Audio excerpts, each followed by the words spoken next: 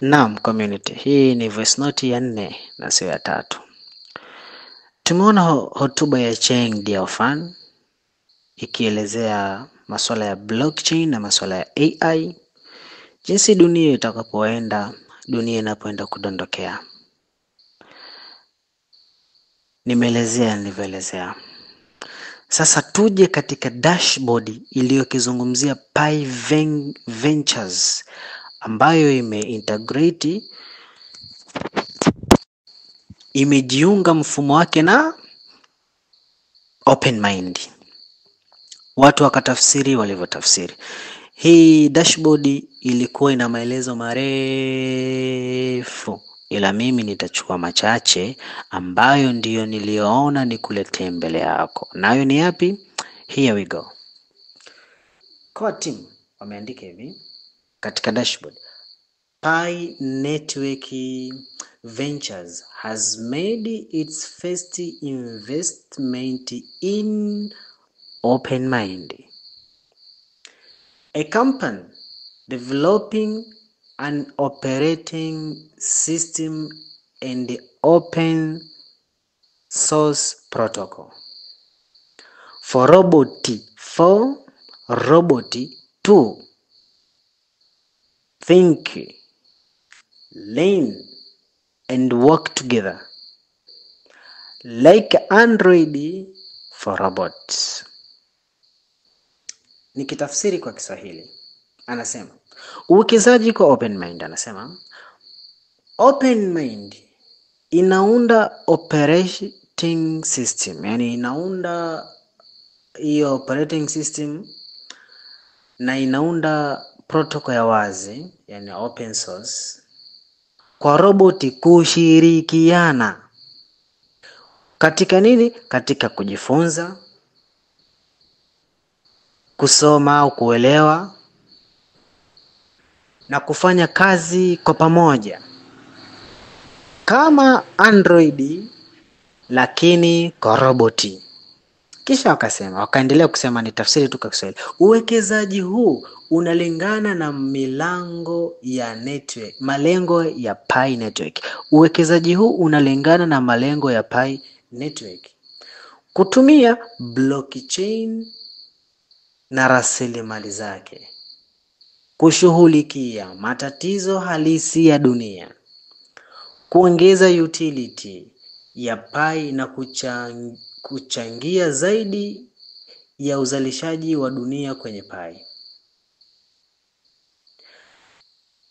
Wakasema katika kipengele cha pili, OpenMind inaunda safu ya akili ya pamoja inayowezesha roboti kushirikiana katika ecosystem ya ugatuaji, decentralized ecosystem. Hii inakamilisha maono ya Pi ya blockchain na AI. Ugatuaji unasaidia uvumbuzi huria na ushirikiano wa haki. Mimi nitaishia hapa. Katika ile hotuba ya Cheng Diao alizungumzia blockchain and AI. Sasa hii dashboard inaakisi alichokizungumza Cheng Diao. Hapa utashangaa dunia inapoelekea, ndugu yangu. Dashboard ya OpenMind ya Pi Venture inasema kwa timu wamejiunga, Pi imejiunga na OpenMind. Ambapo hii OpenMind kwa timu wamesema OpenMind inaunda operating system ambayo inaunda roboti kushirikiana, kujifunza na kufanya kazi kwa pamoja kama Android. Afu kule Cheng Diao walisema hizi application za sasa hivi tunazozitumia ambazo ni za Android, hakuhitaji Android. Hizi application tunazozitumia sasa hivi hazitokuwepo na nafasi. Application gani zitakuwa na nafasi? Ni application za AI. Sasa OpenMind kazi yao ni kutengeneza operating system. Unajua nini maana operating system? Ni kama Android. Unajua Android inatumia operating system. Hivi unalifahamu hilo? Kivipi? Pioneer mdogo katika stori zangu za huko nyuma, kabla ya hotuba ya Cheng Diao-fan. Pioneer mdogo katika stori zangu za huko nyuma, kabla ya dashboard, niliwahi kusema hivi. Nisikilize kwa makini. Niliwahi kusema hivi ili ujue akili yangu mimi sasa. Nyisi amnisifii. Nyinyi mnanisifia. Kiukweli watu wa grupu hili mnanisifia. Napenda sana. Mmenisifia na mimi ngoja sana nijisifie. Nilisema hivi, akili yangu mimi ni kubwa sana. Naongea story, watu wanasema huyu dogo anapiga tu story, hana kazi ya kufanya. Lakini kumbe story ninazopiga hawa jamaa kwa timu kumi na hisi sijui wananisikiliza. Nilizungumza masuala ya DeFi. Ona sasa Cheng Diao kaja kayafikia pale pale kwamba DeFi zina changamoto, na mimi nilishasema DeFi zina changamoto. Achaneni na hayo mambo. Subirieni hapa. Cheng Diao kasema. Mimi nilisema hivi. Wewe Pioneer una pesa zako 10. Si ndivyo? Una pesa zako 10. Sasa kama una pesa zako 10, unategemea baada ya open mainnet maisha yako yatakuwa ni ya pesa zako 10. Unahisi maisha yatakuwa ni hivyo? Nikakwambia utahitaji roboti. Hivi mimi sijawahi kukuambia kama utahitaji roboti. Je, ni Pioneer gani? Nikuulize, Pioneer gani ulimsikiliza akakwambia unahitaji roboti isipokuwa ni Pioneer mdogo? Mimi nilikwambia hivi, katika maisha yako wewe Pioneer utahitaji roboti. Utahitaji roboti kama bodyguard, sikukwambia? Nilikwambia katika maisha yako utahitaji robot kama mwanasheria wako. Nikasema kuna watu sasa hivi, maisha ya sasa hivi anakuambia siongei bila mwanasheria wangu. Siongei bila daktari wangu. Sitembei bila bodyguard wangu. Nikakwambia wewe Pioneer baada ya open mainnet hautohitaji siongei bila mwanasheria wangu. Hapana, mwanasheria wako atakuwa ni roboti. Nilikwambia hilo. Katika zile story zangu nikakwambia robot utamnunuaje? Utamnunua bei kubwa sana. Nikakutolea mfano Grok 4, robot anayeundwa na Elon Musk, anaitwa Grok. Sasa Elon Musk anasema anaunda robot wa Grok 4 ambaye ana akili maradufu kumzidi aliyegraduate level ya ngazi elimu yote ya PhD. Nikasema Dr. Nicholas ana PhD ya computer science, wakiweka sawa na Grok 4 wakapewa mitihani, Dr. Nicholas atapata max ndogo kuliko Grok 4. Sasa utamhitaji huyu akupe ushauri. Nikakwambia nyumbani kwako mshauri wako atakuwa ni daktari wako atakuwa ni robot. Ukirudi kazini anakupokea. Nikakwambia akikushika tu mkono, akikuangalia, anajua umechoka, akuandalie nini, akuandalie tangawizi, akuandalie kahawa, akuandalie maziwa, akuandalie maji ya moto, akukande miguu, akukande ngozi ya kichwa, anafahamu. Akufanyie massage, anafahamu. Akufanyisha mazoezi gani, anafahamu. Uanze kutumia dawa gani, atafahamu. Unaweza usiumwe kwa sababu ukianza kupata zile infection za kwanza kabisa, anafahamu. Anaanza kukupa treatment mapema, unakuwa sawa. Nikakwambia hutahitaji dereva ambaye atakuwa na stress za mapenzi, stress za kuachishwa kazi, mama yake amefariki, mke wake anaumwa, akupatisha ajali. Utakuwa na roboti ambaye atakudrive. Hautahitaji bodyguard. Hivi mmesahau zile voice note za zile story zangu zile? Sasa ona kwa team. Wanasema wamejiunga na nani? Na Open Mind. Ambao Open Mind sasa kazi yao ni kutengeneza nini? Robot. Sasa ona maajabu sasa. Kama hujui kuona maajabu ya dunia, yaone hapa. Nikutafsiria hivi. Kwa timu wamerudi pale niliposema mimi nilisema kwamba dunia itahitaji hivyo. Cheng Diao akaja akasema vile vile katika hotuba yake kwamba tunapozungumzia crypto's future, hatuwezi tukaacha kuzungumzia mustakabali wa dunia yetu. Mustakabali wa dunia yetu ni AI, ni roboti. Cheng Diao amesema juu hapa, mimi wakati nilishasema zamani huyu mwanadada jamani. Hao mimi si niliyasema zamani. Kwa mimi nina akili. Power, precision, possibility. This is Binance. Trade, earn, and grow on the world's leading crypto platform. Install the Binance app today and use referral code 386 to unlock your welcome bonus. Ona sasa robot. Mimi nilisema hivi, utakuwa na roboti wa shamba atakayejua mvua hii, kwa sababu ile roboti atakuwa ameunganishwa moja kwa moja na satellite ya nani? Ya SpaceX. Atajua mazao gani upande, atakushauri. Nikakwambia utakuwa na robot wa nyumbani wa kazi. Si utakuwa sasa, kumbe kwa timu akasema pioneer mdogo, ndio maisha yatahitaji robot, lakini sio kwa mfumo huo, uwe na maroboti mengi. Kuna hawa wanaitwa open mind, wanatengeneza kitu kinaitwa operating system, ambao operating system ni kama Android, lakini cryptomentors wetu au mamasta wetu wameshindwa kutufafanulia mfano waliotoa kwa timu kama Android au kivipi. Sasa mimi nikupe mfano. Android ni operating system, ni OS. Android ni OS. Kivipi? Operating system kivipi? Afu iPhone wanatumia iOS. iPhone operating system. Sisi wa Android tunatumia OS. Sawa? Mfano hai ni hivi. Wale utumia wao wa Android kama Android. Sawa? Lakini kwa robot. Android kuna application za Android. Mfano WhatsApp tunaitumia sisi wenye simu za Android ambao sio iPhone. Tunatumia WhatsApp. Lakini WhatsApp hii, angalia, anayetumia Samsung atatumia WhatsApp hii, ataipata Play Store. WhatsApp hiyo. Yaani yule developer aliyotengeneza WhatsApp akaiweka ile WhatsApp katika Play Store, ambao ni sisi watu wa users wa Android tunatumia. Iko hivi. Mfano waliomaanisha hapa ni hivi. Samsung atadownload application ile. Itel atadownload application ile. Huawei atadownload application ile. Infinix, Tecno, Oppo,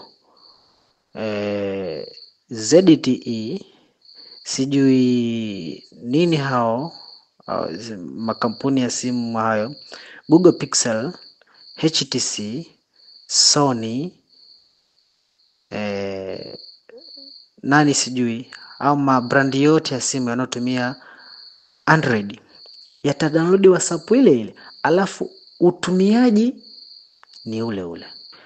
WhatsApp anaitumia mtu wa Samsung, mfumo wake ni ule anayeutumia mtu mwenye Infinix. Nikidownload Facebook, alidownload mtu wa Tecno, to Facebook hiyo matumizi yake aliyekuwa nayo mtu wenye nini, mwenye HTC. Sio, tunaelewana? Kwa timu akasema lakini kwa robot. Sasa robot hapo itakuwa inafanyaje kazi kwenye operating system?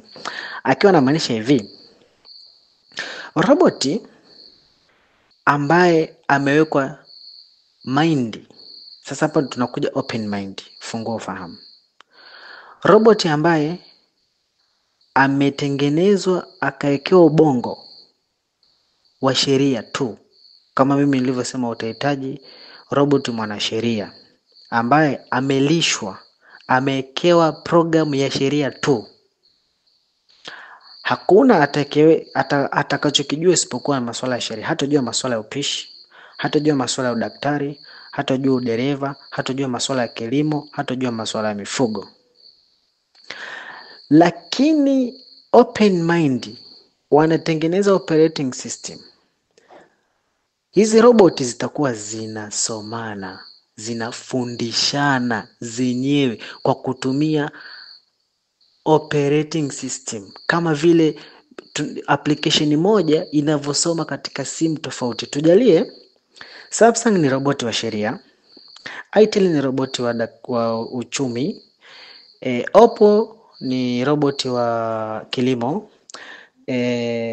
Sijui Sony Xperia ni roboti labda wa masuala ya nini, masuala ya umwagiliaji. Sasa wote wanaunganishwa na operating system iliyoundwa na nani? Na OpenMind. Kwa mimi nikimiliki roboti mmoja tu ambaye chipu yake ubongo wake ni wa sheria, automatically kupitia blockchain ya Pi technology, roboti huyo atakuwa anajua elimu aliyekuwepo nao maroboti wengine wote duniani. Kwamba roboti mmoja atakuwa huyo atakuwa anajua sheria, huyo atakuwa anajua udaktari, huyo atakuwa anajua kilimo, huyo atakuwa anajua dereva, huyo atakuwa anajua upishi, atakuwa anajua masuala ya viwandani, atakuwa anajua masuala ya kulea watoto, kulea wazee, huyo atanisaidia sijui kupika, huyo atanisaidia ushauri, ni kazi, mambo yote atakuwa anayafanya roboti mmoja. Kwa mimi nitahitajika kuwa na roboti mmoja.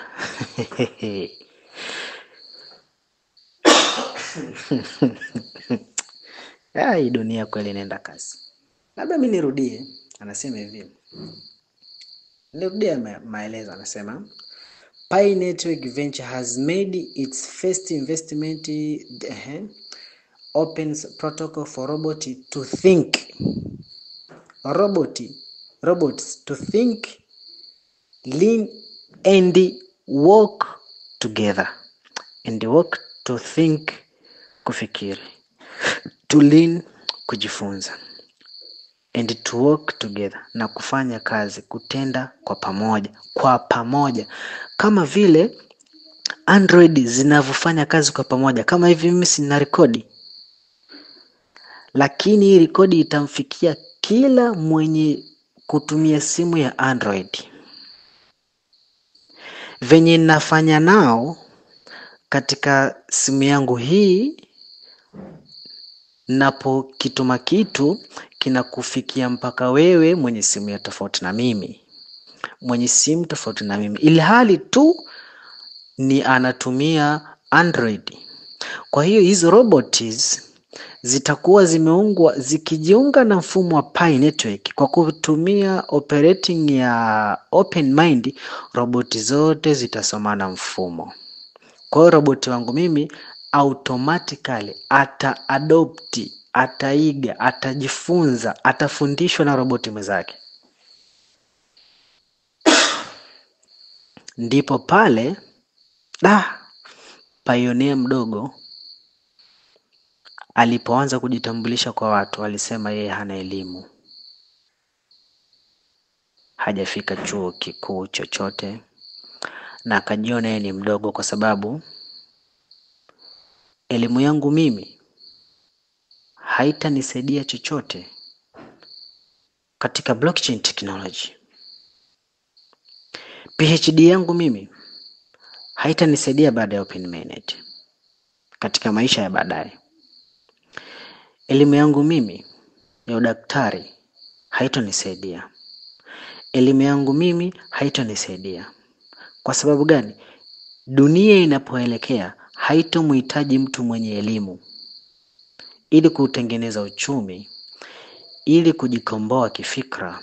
Haitokuhitaji mtu mwenye elimu dunia. Haitomhitaji mtu mwenye elimu. Haitomhitaji mtu mwenye elimu. Haitomhitaji mtu mwenye elimu. Dunia itahitaji kuwa na uelewa wa masuala ya blockchain technology na masuala ya AI. Hauhitajiki uwe na elimu ya kujua jinsi ya kutumia AI, ya kutengeneza AI. Hapo studio ni wewe kufuata tu maelekezo, kujua kodi ndogo tu za maelekezo, za next step, umemtengeneza AI wako. Ni kitendo cha wewe kuwa na Pi, ukaweza kumnunua roboti atakaye kusaidia kuongea lugha zote duniani. Hautahitaji kuwa na mkalimani. Unapotaka kwenda China, utakuwa na roboti wako. Atamsikiliza Mchina, atakutafsiria kwa Kiswahili, utamwambia roboti wako kwa Kiswahili, atamjibu Mchina kwa Kichina. Utaenda Ujerumani, wataongea Kijerumani. Utaenda Marekani, ataongea American English au British English. Utaenda Hong Kong, utaenda na wapi Filipino, ataongea Philippines. Roboti huyo mmoja, hautohitaji kutembea na lundo la wakalimani. Utaenda Korea, wewe utaongea Kikorea kwa kupitia roboti wako.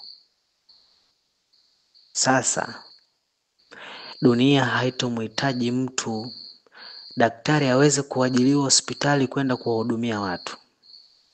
Udaktari wako utabaki kuwa ni historia, kwa sababu hospitali ataajiriwa daktari wa upasuaji ambaye ni roboti.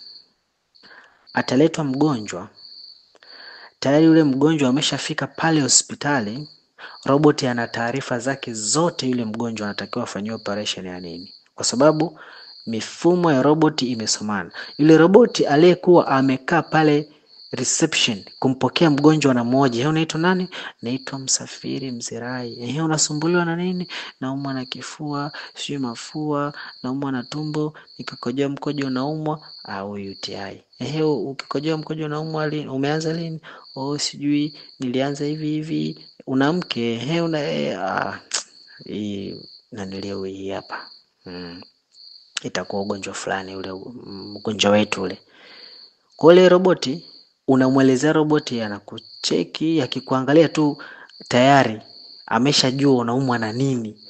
Anachokifanya yeye ni kutuma taarifa. Open mind inasaidia roboti kufanyaje? Think together, learn together, to work together. Sawa? Kwa hiyo unapoenda theater unakutana na AI. Atakufanyia upasuaji effectively, pasi na kukosea. Anajua nafanya hivi, nafanya mpaka anamaliza. Wewe udaktari wako uliosomea chuo kikuu hautotusaidia. Sitohitaji kuwa na secretary ofisini kwangu kwa ajili ya kutunza kumbukumbu za mafaili. Nitakuwa na AI. Atanitunzia mafaili yangu, kumbukumbu zangu, na kunipa ushauri, kumpokea mteja, kuongea naye, pale sinakuwa na stress. Sitohitaji kuwa na mweka hazina tena, kwa sababu ninatumia nini? Ninatumia crypto wallet. Au namtumia robot, ataweza kutunza pesa pasi na kuingia tamaa ya kuniibia. Dunia inapoelekea haitohitaji tena walimu. Wanafunzi watafundishwa na roboti katika ngazi zote za elimu. Dunia inapoelekea pia tunaweza tukakosa baadhi ya watendaji kazi katika ngazi za jeshi. Trafiki barabarani watapunguzwa kazi, watatafutiwa vibarua vya kufanya, kwa sababu barabarani serikali itaona ni bora tumweke AI. Kwa sababu gani? Atakuwa ameshasomeshwa sheria, atahukumu kiuadilifu, hakuna dereva atakayetoa rushwa. Kama sasa hivi duniani nchi zilizoendelea hawaweki trafiki barabarani, wanatumia kamera. Zile kamera ni AI, sawa? Sasa hivi hatutatumia tena kamera, sawa? Kwa sababu magari hayataendeshwa na watu na binadamu. Human labor zitapungua, kazi za binadamu zitapungua. Magari yatakuwa yanaendeshwa na AI. Duniani magari yatakuwa yanaendeshwa na AI. Kamera ya nini? Kwa sababu AI havunji sheria. Tanzania magari yakiwepo yanaendeshwa na AI. Trafiki kazi yake barabarani nini? Kusimamia nini? Atatafutiwa kazi ya kufanya. Jeshi, vita, kutakuwepo na wanajeshi wachache, kwa sababu vita havitopiganwa na wanajeshi wa binadamu. vita vitapiganwa kiteknolojia ndugu yangu. Zitatumwa drones ambazo hazina rubani, na hizo drones zitatumwa na AI. Watakao kuwa wanalinda usalama ni AI. Imagine watu mnaenda kuandamana, mnakutana na AI wameshika bunduki. Imagine waandamanaji nao pia wametuma AI. Anayeandamana anakutana na AI na muandamanaji mwenyewe pia amemtuma AI. Kwa AI wanakutana pale, roboti zinakutana kinaumana. Hivyo vita vitaisha. Kwa hiyo maisha yajayo Pioneer mdogo alishayaona katika zile story. Ndio maana Pioneer mdogo alishapewa maono ya kutokujisema elimu yake, kwa sababu haina mantiki katika mifumo ya blockchain technology. Ukubwa wangu mimi hauna mantiki. Siwasemi vibaya, msininukuu vibaya, msije mkasema sasa wale wanaojitambulisha. Hapana, na waheshimu brother zangu, na waheshimu wadogo zangu. Elimu ni jambo la msingi sana mtu kuchukua maarifa kwa mustakabali wake wa baadaye. Lakini katika maisha baadaye, hotuba ya Cheng Diao-Fan amesema kazi ya binadamu ndiyo ilisababisha kugawa utajiri duniani. Sasa kazi ya binadamu inaenda kufa, utajiri unaenda kugawa na AI. Akiwa anamaanisha wewe daktari utakosa kazi. Udaktari wako watoto uhitaji, kwa sababu utatupasulia kichwa mtu wa mguu. Wewe polisi wako wewe hautuhitaji, sasa tutamweka AI. Wewe dereva wa kampuni wa magari hatutohitaji tena wewe madereva, kwa sababu tunao AI. Kwa kazi nyingi zitaenda kupungua, hata bodaboda watapungua, kwa sababu sitochukua tena mimi pikipiki, kwa sababu mtu makini yupo. Sitamweka dukani kwangu nikamweka mtu nikamwajiri. Nitanunua robot langu. Sasa utawezaje kumiliki roboti ambalo roboti hilo limeunganishwa? Roboti la Elon Musk limeunganishwa na roboti lako. Roboti iliyotengenezwa na wale wa China limeunganishwa hapo. Roboti iliyotengenezwa na Waingereza unalimiliki. Yaani roboti anakupa huduma zote kwa roboti moja, kwa kutumia operating system iliyoundwa na nani? Na OpenMind. Kwa hiyo hao OpenMind kazi yao ni kutengeneza akili, mfumo wa akili ambao utakuwa unasomana katika roboti zote zitakazojiunga na nini? Na Pi network. Sasa kwa mfumo huu unavyodhani ni kampuni gani inayounda roboti itaamua kusema hatujiungi na blockchain ya Pi? Hivi ni mtengeneza roboti gani mpuuzi ambaye atasema bwana, mimi roboti langu nimelitengeneza kwenye akili ya mwanasheria, kwa hiyo mimi sitajiunga na operating system na OpenMind, ambao OpenMind wamejiunga na Pi network, kwamba roboti wangu mimi awe anajua kila kitu. Mimi sitaki roboti wangu ajue kila kitu. Hivi kuna mpuzi huyo? Kila mtu atataka roboti wake ajue kila kitu. Faida yao ni nini? Faida yao ni kwamba hawa watengeneza roboti watauza maroboti wao. Wakishauza maroboti wao, yule roboti atakuwa ana uwezo wa maroboti yote duniani upo katika roboti mmoja.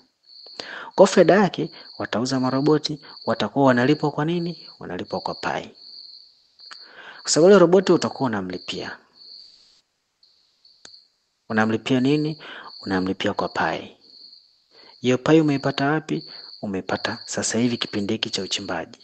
Kwa hiyo anachotaka kuonyesha Cheng Diao-Fan kupitia mradi wake, anachotaka kuonyesha kwa timu kupitia mradi wake kwamba utajiri wa dunia unagaiwa sasa hivi bure kuliko DeFi za sasa hivi. Decentralized finance zinatufikia hali ya kuwa zinatuhitaji tuwe na kipato.